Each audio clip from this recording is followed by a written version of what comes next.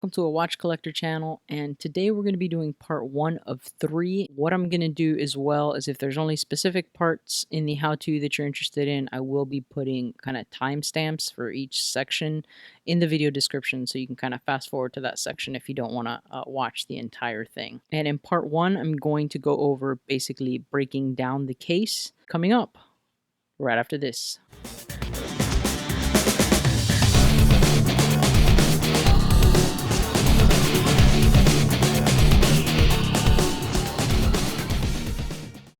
All right, so the first thing that I want to go over are the tools that I'm using in part 1. And just so that you guys know, all these tools that I pretty much got from slinger.com. Some of them are available together as part of kits, and others I had to purchase separately. But everything you're looking at on here at the moment, I got off slinger.com with the exception of the watch press. I got that off of eBay. First two are the Caseback Remover on the right and the case holder on the left. Next thing we have here is a watch hand remover to remove the hands on the watch. Very, very useful. Then we have a screwdriver and a pin remover. And plastic tweezers, always helpful. Then I have a movement holder, a case cushion or movement cushion it can be used for as well. This is the watch press, so this will be to kind of remove the crystal, and you can use it to snap case backs back on and to reinstall the crystal. A parts tray and dust cover. This is for the movement. Very useful to keep kind of dust off while you're working on it. I put the movement and small parts in there. Also particularly useful is going to be just a kind of a plastic case for other random parts so you don't lose them. Then I also have finger covers. I know these kind of look like little condoms, but they are finger covers. So it's just to keep the oil from my fingers off the movement, watch dial, and stuff like that as I'm going along. And last but certainly not least are my brass tweezers. These are super useful because it keeps you from causing too much damage to anything that you're doing along the way. So the first thing that I ended up doing was removing the bezel. In order to do that, I actually used the spring bar tool, and this is because I needed something small and thin to get between the bezel and the case and pry them apart. Now, you can use like a dull knife, or there's like case back removers as well that can also help. So pretty much anything that's going to help get you between the ridiculously small space between the bezel and the case so that you can start to pry it off. This step requires a lot of patience because some of these models, the bezels can be really, really hard to get off. So just kind of be patient and try not to cause too much damage to the case, although you can always sand and polish that out later, which will be part 2 of the video. There's a couple parts that you're going to want to make sure that you don't lose so you can set them apart in like the plastic case. One of those is the large metal piece that you see just on the right, but then inside the bezel, which sometimes will come off with it, or it might stay inside the bezel, you should see it on the back side of the bezel, is going to be the bezel wire, which you see up here on the top left hand corner. You want to make sure that you don't lose that stuff, so set it off to the side because you're going to need it when we put the bezel back on. All right, so now we're going to get into removing the case back. The way I did this is that I put the watch case itself in the case back holder, and it just gives you some extra leverage. You then use your case back removal tool to put it in the indents that you see on the case back and just turn lefty-loosey until you can get the case back off. All right, so the next step here is to actually take out the stem and the movement. So I went ahead and put the finger covers back on so I wouldn't get any of the oil from my hands onto the movement because I do plan on reusing that movement.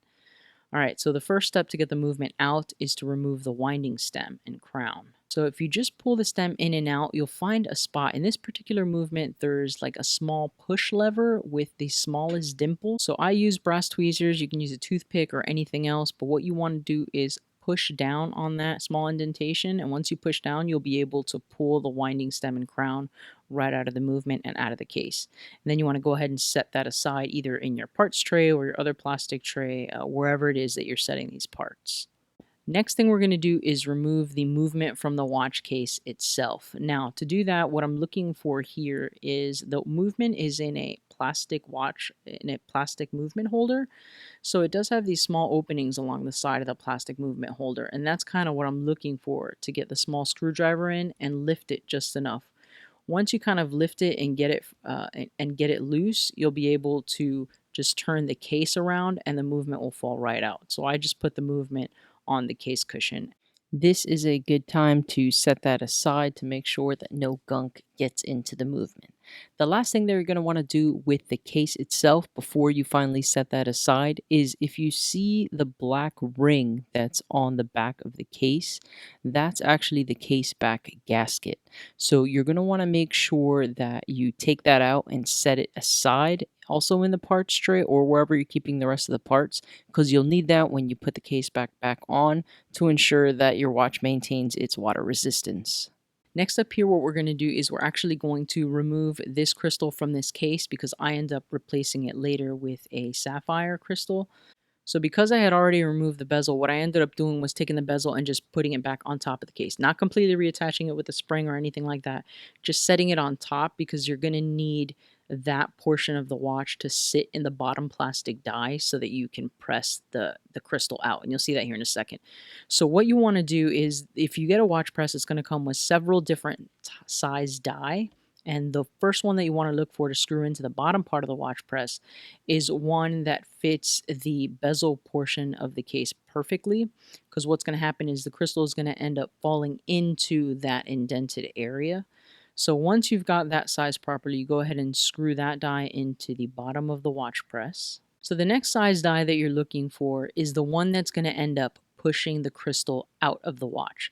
So you want to make sure that this die is as close to the crystal size as possible, where it fits smoothly in the case, where it could end up basically going through the crystal opening when it's not there. So once you find the right size that you're looking for here, you want to go ahead and screw that into the top portion of the watch case. Now that you've got those screwed in, you're ready to actually push the crystal out. So what you're going to do is you're going to take the watch case and you're going to set it on that plastic die, crystal down, and then you're slowly going to squeeze the watch press, and you'll end up feeling the little bit of a pop basically when the crystal is pushed out of the watch. You just squeeze down gently. You'll feel it when it comes out, and what will end up happening is that the crystal will actually drop into that bottom indented portion of the plastic die. And there we go. Crystal is out here. Now, one thing that you're going to want to be really careful of with the case is, if you look at the case here, you actually see that plastic ring that's along the outside. That is your crystal gasket, basically. So that's what keeps the watch water resistant, because it's pressure pushed into the case. You want to make sure that you don't lose that. Now, in the next video, I get into sanding and polishing the case. So I end up using a vise for that, which means that I wanted to take that plastic gasket out, but make sure that I don't lose it. The best way to do that so that you don't damage it is if you just take the sticky part of a sticky note, you can press it against that and it will end up sticking to it, so you can cleanly remove that gasket out of the case and then set it aside in your parts tray. Make sure you don't lose it, because you'll need it when you reinstall either the old crystal or the new crystal that you're using for your mod. The next step that I'm doing here is I've actually taken the movement and I've put it onto the movement holder. And what we're going to do is remove the hand. You'll notice that I have the stem back in the movement. And this is because you're going to want to, the best thing you can do when you're doing these mods is take plenty of pictures so that you have something to refer to on how it goes back together in case you get lost somewhere along the way. And with this, you want to make sure that you're taking a picture of the position or the time that the hands are in, so that when you either reinstall the hands or install your new hands, you can put them at the same time that they were when you pulled them off. So my recommendation is to go ahead and put the stem back in, pull it back out, and set the time to exactly 12. If you can have the seconds, hour, and minute hand all exactly at 12 o'clock, that would make it much easier, so that when you're installing the new hands or reinstalling the same hands, you can install them all exactly at 12 o'clock and everything will kind of be lined up properly. Your date function will switch when it should, and it's just going to save you a little bit of heartache and pain later on down the line. All right, so the most important part here is you're going to want to make sure that center portion of the hand removal tool is directly over the second's hands, because the two outer portions of the hand removal tool are kind of like claws, and you want to make sure that those go directly underneath the hour hand. Then you squeeze the hand removal tool and it will cleanly remove the hour, minute, and seconds hand. Now, I didn't use a dial protector here, but if your mod includes just replacing the hands and you're going to keep the original dial, you want to make sure that you're careful in this step so that you don't scratch the dial. And they do have dial protector covers that you can look into getting as well. So now that we've got the hands off, the next thing that we're going to do is remove the dial from the movement. And for that, I used the screwdriver. And all you're going to want to do is gently fit that in the space between the movement and the dial and kind of turn it so you're slowly but evenly lifting the dial around the entire movement.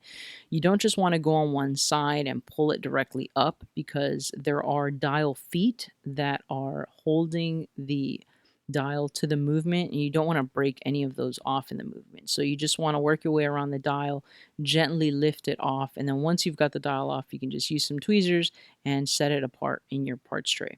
So at this point, we've completely disassembled the watch. I took all the bigger pieces, particularly the movement, and put it in the parts tray and covered it up with the dust cover until it was ready to be put together again. If you have any questions about that so far, please go ahead and leave them in the comments section. I'll answer as best I can. If any of you are modders out there and want to answer any of the questions in the comment section, please feel free to do that. All right, guys, if you want to go on and see part 2, make sure you go ahead and click on it now. A link will also be in the video description.